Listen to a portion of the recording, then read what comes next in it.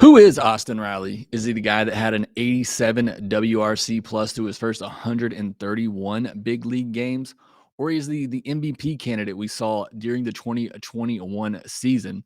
That's what I plan to uncover on this episode of the Locked On Braves podcast. So let's get into it.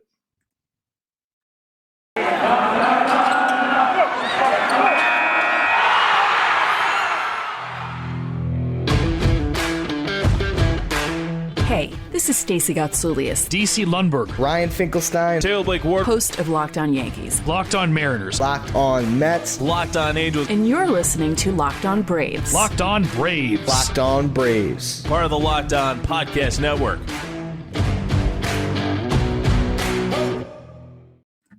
Hey, and welcome back to Locked On Braves, brought to you by the Locked On Podcast Network, where we are talking about your favorite teams every day.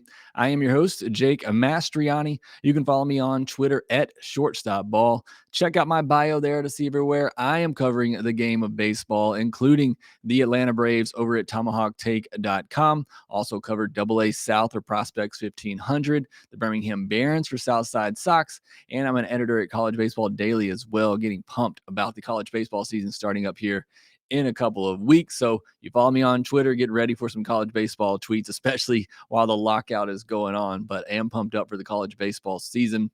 Also, make sure you are following the podcast on Twitter at LockedOn_Braves. Really getting close to 500 followers there. Had some great interaction over the weekend talking about Braves who you wish retired as Braves, as Tom Brady announced his retirement from the NFL, spending his last 2 years with another team. I think John Smoltz was definitely the right answer there. That last year for John Smoltz, where he played for the Red Sox and Cardinals, I still just can't get that out of my mind. I really hated that he did that, but hey, I understand it for him. It's hard to give it up as a baseball player and know when to quit, but he should have definitely ended as an Atlanta Brave. And thank you for making Locked On Braves your first listen each and every day. Right now, posting episodes 3 days a week, Monday, Wednesday, and Friday.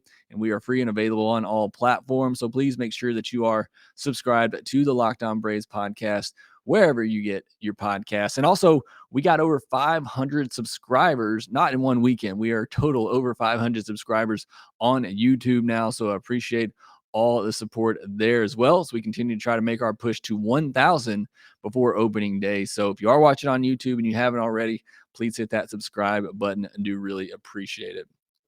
On today's podcast, we're going to be talking about Austin Riley. It's going to be an Austin Riley podcast through and through.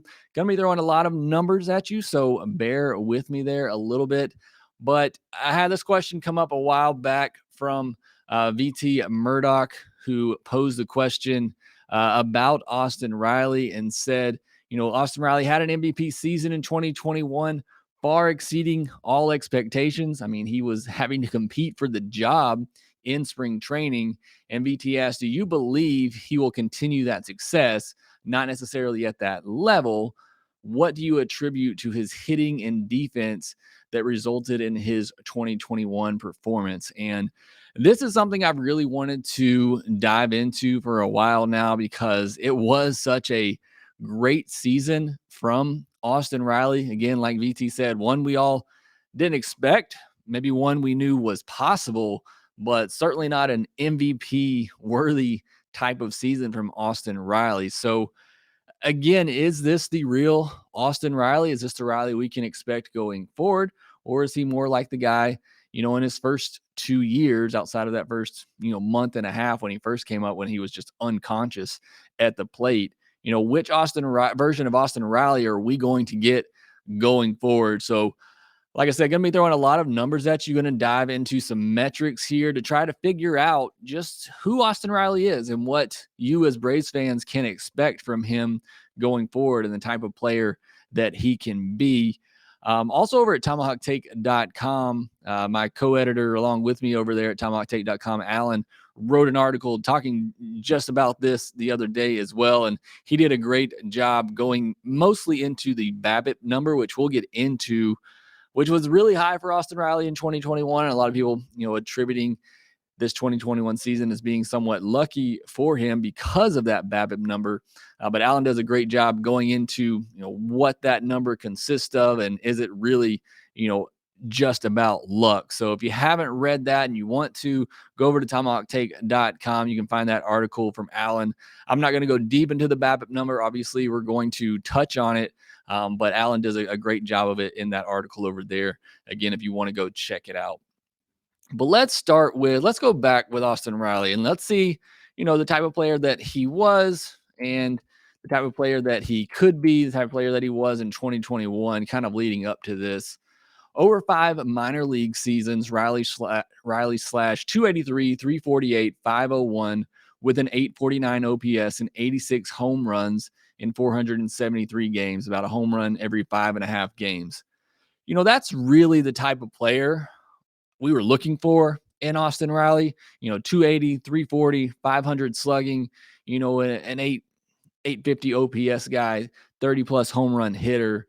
I think that's what we all kind of expect for Austin Riley. He kind of went above and beyond that in 2021, but that's what his minor league numbers were. And again, I think that's kind of what we expected him to be. Before his call-up in 2019, he was destroying AAA pitching. And I mean destroying AAA pitching. He slashed 293, 366, 626 with a 992 OPS and 15 home runs in 44 games. So a home run just about every 3 games, a little less than 3 games, actually. Before 2019 in the minor leagues, his K percentage in the minors was mostly between 25 and 30%, with a walk percentage around 10%. I'm going to get back into that a little bit more later, talking about his K percentage and walk percentage.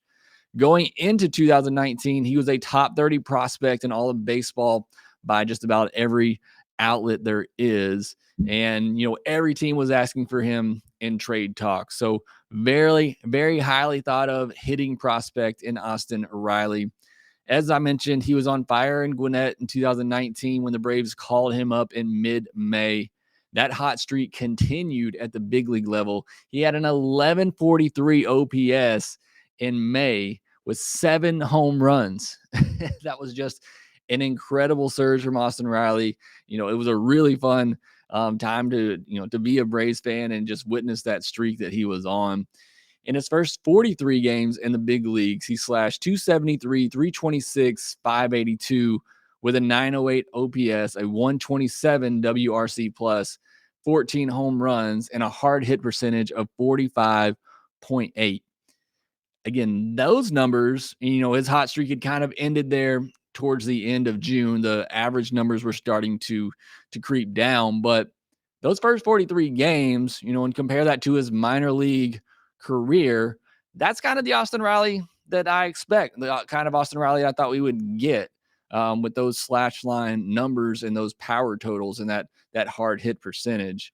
But then over the next 88 games, he hit just 209 with a 30% strikeout rate and a hard hit percentage of this 35. So his hard hit rate went down 10%, striking out at a 30% clip, more than 5% more than his minor league average. And obviously that batting average of 209 is just not going to cut it. So again, after that hot stretch to begin, the next, obviously 2020 was a shortened season, but the next season and a half just really wasn't the Austin Riley we thought we were going to get. The slider, as was most mentioned when he was struggling, gave him a lot of fits. He was really struggling with that slider, and you could see the league kind of adjust to him and a lot more pitchers throwing him that slider. He hit just 202 on breaking balls in 2019, and breaking balls include a slider.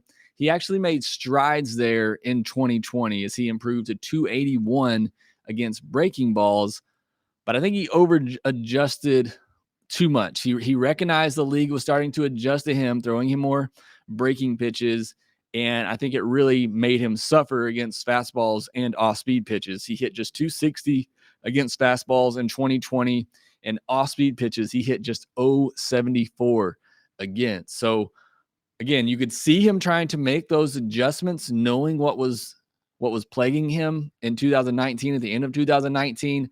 I think he just over adjusted a little bit too much and got away from what made him such a good hitter, which is just crushing fastballs and hitting balls extremely hard.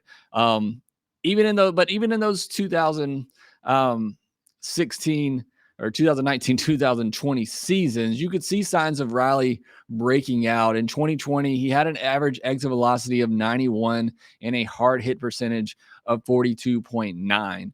Those both ranked, tops in the leagues. You look at Baseball Savant, those are both 70th percentile or higher type numbers. So, I mean, still hitting the ball relatively well. The one thing I would say I noticed a lot just watching in 2020 is that he put the ball on the ground a ton. And again, I think part of that was looking for that off-speed pitch, being too late on top of those fastballs and off-speed pitches. But his ground ball percentage went up to 42.1%, which is pretty high for somebody that you want getting the ball in the air. So that was something I noticed just with my eyes in 2020, but the numbers kind of back it up as well. He was hitting way too many ground balls in 2020.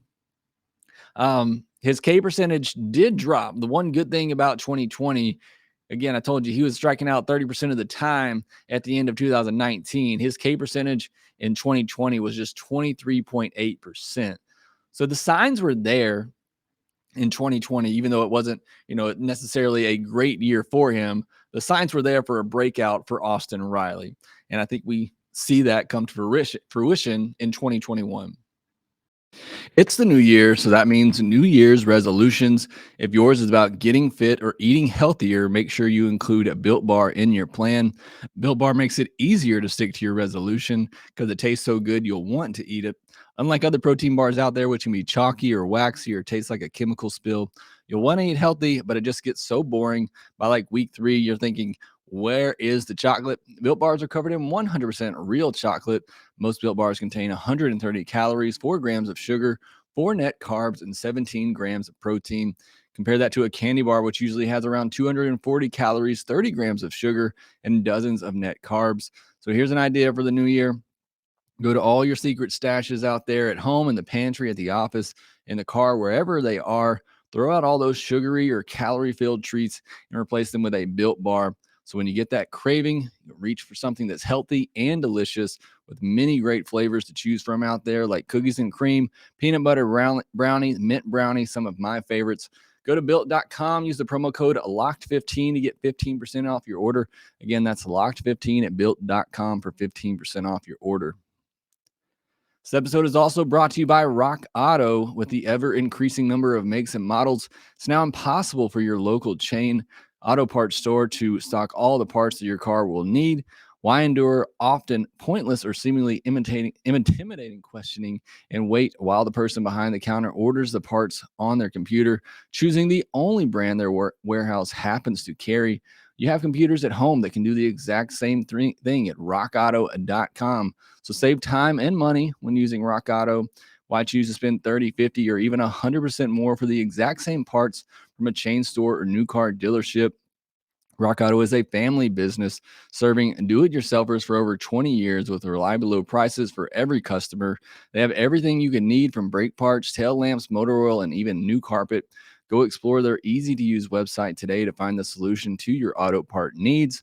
Right, Locked On in their How Did You Hear About Us box, so they know that we sent you. Amazing selection, reliably low prices, all the parts your car will ever need. rockauto.com. So moving into the 2021 season, again, like I said, for Austin Riley, he came into spring training having to win the third base job.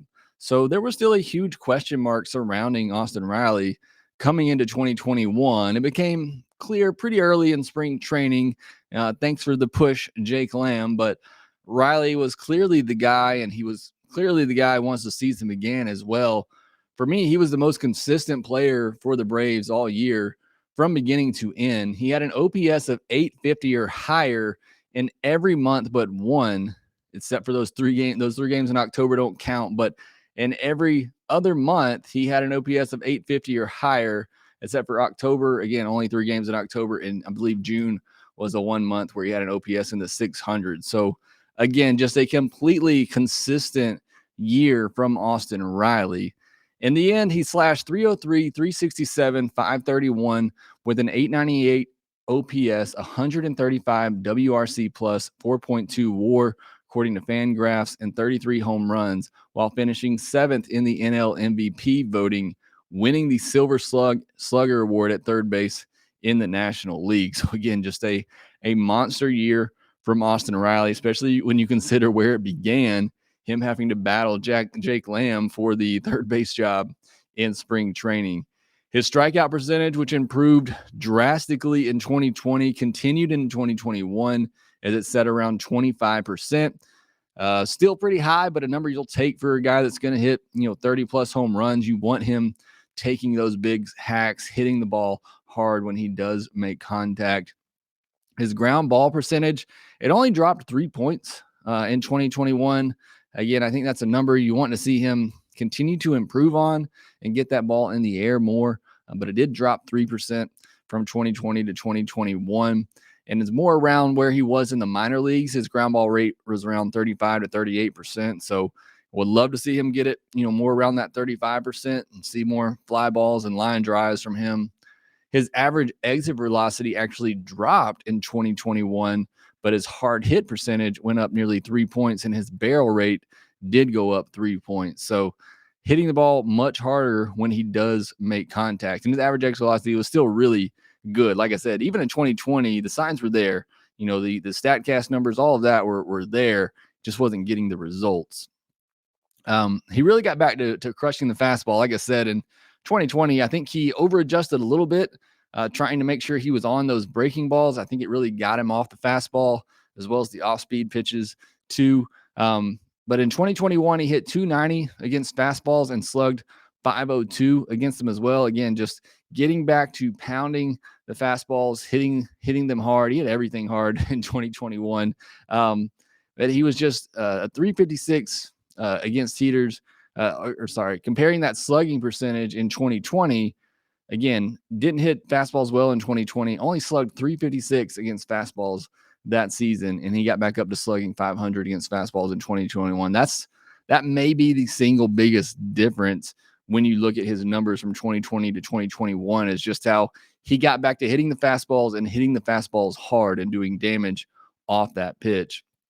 He also hit over 300 against off-speed pitches and breaking pitches in 2021, while decreasing his whiff rate on breaking balls by 3% and 10% against off-speed pitches. So again, getting back to hitting the fastball hard, but also doing a much better job of not swinging and missing so much at the off-speed and breaking pitches and hitting well against them over 300 as well. Those are all very good things, and certainly point to why Austin Riley broke out in 2021 and why I think he'll continue to be a good hitter, but we got to pump the brakes a little bit here.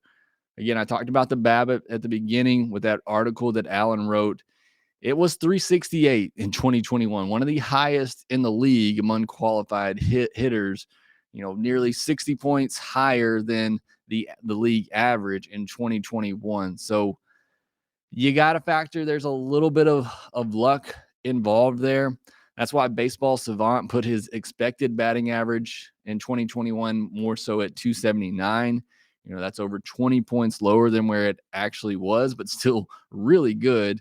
So, I mean, certainly there was a little bit of luck involved with Austin Riley, but again, I think it was luck that was well earned with hitting the ball, continuing to hit the ball hard, and just increasing, or decreasing the number of whiffs, number of swings and misses, and just much better overall at bats from him in 2021. So next, I want to take a look at what you can expect from Austin Riley going forward. What type of hitter will he be in 2022 and into the future? There might be less football being played, but BetOnline has way more stuff to bet on this playoff season, from scored totals, player performance props, to where the next fired coach is going to land.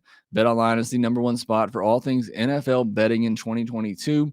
And with the new year comes a new updated desktop and mobile website. Sign up today and receive your 50% welcome bonus on your first deposit. Just use our promo code LOCKEDON to get started. And it's not just football. BetOnline has basketball, hockey, boxing, and UFC odds coverage is the best in the business. From sports right down to your favorite Vegas casino games, BetOnline is your number one online wagering destination. BetOnline, the fastest and easiest way to wager on all your favorite sports and play your favorite games. BetOnline, where the game starts. So, looking at the projection systems for Austin Riley in 2022, most of them have him hitting between 275, 280 with 30 plus home runs, an on base percentage between 340, 345, and an OPS between 840 and 850. So, still really good numbers. And I think that's probably fair. We got to keep in mind here Austin Riley is still just 24 years old. He'll turn 25 in April. He is continuing to learn, hopefully continue to improve. Now the league's going to adjust back to him as well. So, I mean, there's still room for growth in his game, and he's still, learning at the big league level. So, I think he could, be even better than what the projection numbers show him to be. Getting away from the numbers and the metrics a little bit, which I've talked about a lot, I want to go more on the eye test right now and just tell you what I am seeing from him when I watch Austin Riley. Again, I told you in 2020, I thought I was seeing a lot of growth there from him at the plate. You could see a concerted effort from him to make the adjustment to the off-speed pitch or the breaking balls, the sliders, the cutters, everything kind of breaking away from him where he really struggles. You could see an effort to make an adjustment on those pitches. I think it kind of hurt him again with the fastballs as well. But you could see him trying to make that adjustment. And I thought I saw much better at bats from Austin Riley in 2020. Again, for me, I noticed a huge difference in the number of ground balls that he was hitting. And they weren't finding the holes in 2020, whereas in 2021, they were. And I mean, that can sometimes just be the difference. And that happens for players from year to year. But everything else was really there. All the signs were there. I mean, his average exit velocity in 2020 was even better than it was in 2021. He still hit the ball hard when he made contact in 2020. So, I mean, everything was there, not much really changed from 2020 to 2021. He was just a little bit more lucky in 2021 than he was in 2020. So I still think he's going to be a very good player. I don't know that he's going to be an MVP type player like we saw in 2021. I still expect him to be a very good player. I think the projections that they have for him, are very solid. I think he'll continue to be a 30-plus home run hitter. I think, that's kind of a given. I think we could even see years where he's a 40-plus home run hitter. I would not be surprised if he has a couple of 40-plus home run seasons in him. But, I think 30, 35 home runs for him, assuming he plays 155, 160 games, I think that's pretty much a given for him. I think he'll continue to strike out around 25% of the time. Would love to see him get that, down to around 22%. Same on the walk percentage. I think he'll continue to be around 8%. Would love to see him bump that up to 10%. I think if you bring that strikeout percentage down just a couple of points and raise that walk percentage just a couple of points, will make a huge difference in his game. So, I mean, that's something there that I would like to see him improve on in both of those areas. For the slash numbers, I think Riley's more of a 260 to 280 hitter. I hope I eat these words, but I don't know that we ever see Riley hit over 280 again, unless he just has another season where his BABIP is, 370. I just don't really see him being a 280 plus hitter. That's really not his game. I would much rather see him hit 260, 280 if he's going to mash, 35 to 40 homers, which I think is what the Braves want from him, need from him to be that type of power hitter. But in today's game, a 270, 275 hitter, that's still really good. But that's where I see him more settling. I think he has more years where he's a 260 to 280 hitter than I do years where he's a 280 plus hitter. I think the slugging percentage probably settles around 480, 490. He'll probably have more years where he's a 500 to 520 slugging percentage type of guy, and an OPS around 830 to 850.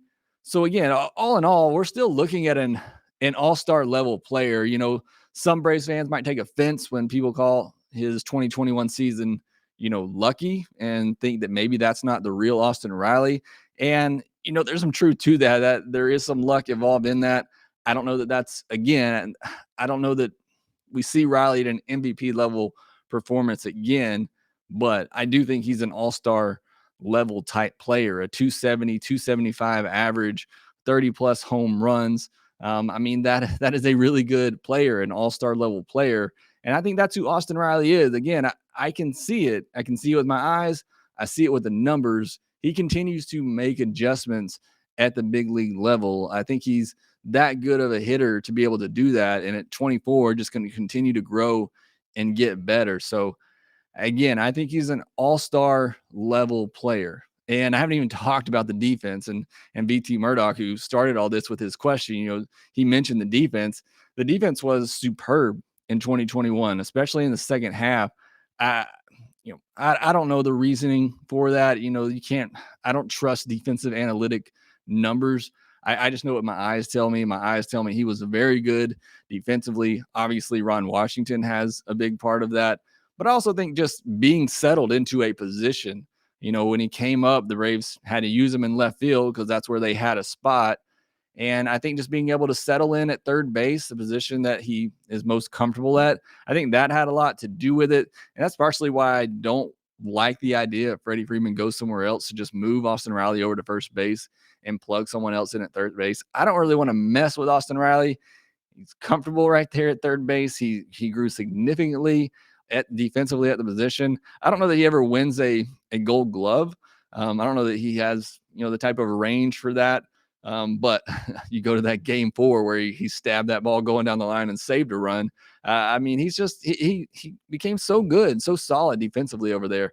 I would not mess with that. But I love Austin Riley. Big Austin Riley supporter here. I think he's going to be a very good player going forward, an all-star level type of player. But don't expect MVP performances every year from Austin Riley. I don't think that's the player that he is. Maybe he gets up into the discussions again, finishes with some MVP votes in the future.